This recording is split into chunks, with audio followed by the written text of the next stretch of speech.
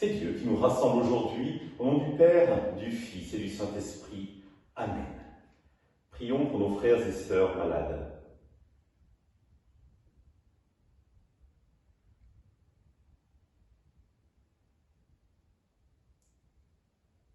Prions pour les soignants et tous ceux qui œuvrent pour le bien commun.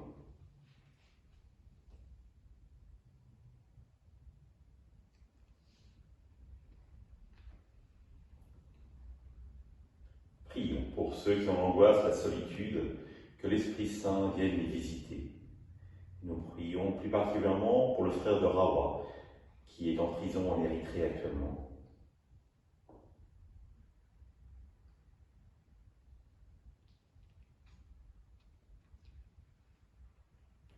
Pour manifester notre communion, je vais maintenant allumer cette bougie au cierge pascal.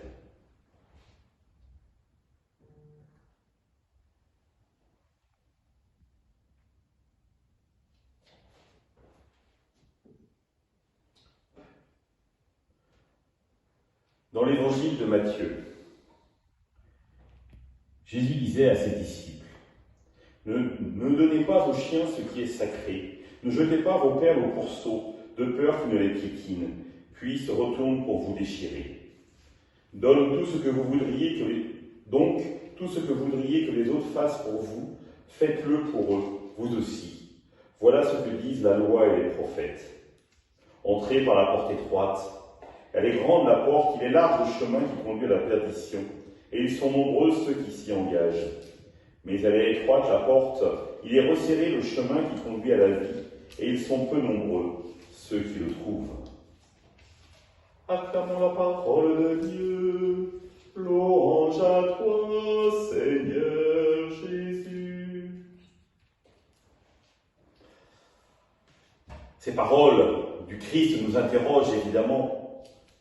Ils sont nombreux ceux qui prennent le chemin de la perdition, et comme elle est étroite, le chemin qui mène à la vie, et ils sont peu nombreux à s'y engager. Immédiatement, nous disons, ouh là là là, ça peut être compliqué pour nous, finalement, pour la vie éternelle. Parce que, effectivement, et Jésus en parle, les séductions du monde peuvent nous détourner de Dieu. Et parfois, au contraire, ce qui mène à la vie peut paraître austère. Mais il faut compter à chaque fois sur la miséricorde de Dieu. C'est-à-dire que ce n'est pas nous qui faisons notre salut, mais c'est Dieu qui nous sauve par son amour. Et de fait, nous sommes invités à y répondre en mettant l'amour au cœur de notre vie. C'est-à-dire en étant capable de choisir les priorités. Et la priorité fondamentale, c'est celle que Jésus nous donne aujourd'hui.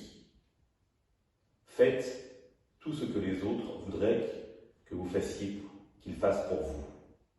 Moment important finalement de se dire, finalement je suis un être pour aimer, fait pour aimer, les autres sont des êtres faits pour aimer, et donc si je suis capable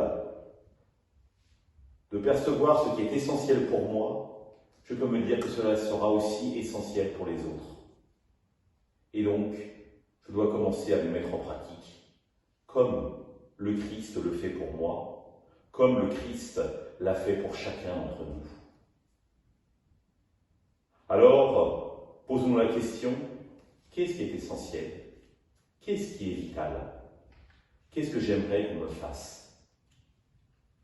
Et se dire naturellement, si moi-même qui suis un être fait pour aimer et qui accepte de vivre de l'amour de Dieu, je découvre cela, alors naturellement, mes frères et mes sœurs ont les mêmes besoins que moi. Ils ont besoin de cet amour, de cette présence d'un être aimé, d'un être qui les aime à leur côté, de Dieu évidemment, mais aussi de frères et de sœurs qui les mènent sur le chemin de la vie et qui les réchauffent par leur présence. Alors, soyons sûrs que si nous sommes capables de le vivre, alors nous marcherons ensemble vers le Père. Ensemble, nous prions. Notre Père, qui es aux cieux, que ton nom soit sanctifié, que ton règne vienne, que ta volonté soit faite sur la terre comme au ciel. Donne-nous aujourd'hui notre pain de ce jour.